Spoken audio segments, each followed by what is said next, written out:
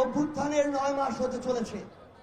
আজকে আমাদেরকে কারণ দেখানো হয় কিছু মহল থেকে যে যদি এই বাংলাদেশের আগামী নির্বাচনে আবার আওয়ামী লীগ না আসে তাহলে ওই ভারত কি না কি মনে করে বসে, যেহেতু ভারত আমাদের 3 দিকে আছে।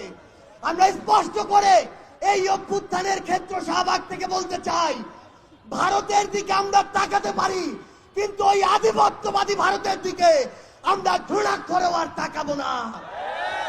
যেই ভারত এতগুলো খুনের হুকুমকারী ওই খুনি হাসিনাকে আশ্রয় দিয়েছে, সেই হাসিনাকে এই বাংলাদেশে ফেরত দেওয়ার পূর্ব পর্যন্ত ভারতের সাথে বাংলাদেশের সম্পর্ক স্বাভাবিক হতে পারে না।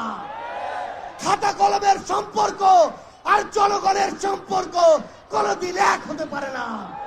আমরা ভারতকে স্পষ্ট করে একটা কথা বলি, বাংলাদেশের সাথে যদি প্রতিবেশীর সম্পর্ক আগামীতে তারা দেখতে চায় তাহলে যে সকল খুনিকে তারা ওই জায়গায় আরামায়েশের স্থাপনা আবাসন দিয়ে রেখেছে তাদেরকে বাংলাদেশে পাঠাতে হবে এবং বাংলাদেশের মাটিতেই তাদের এই বিচার হতে হবে।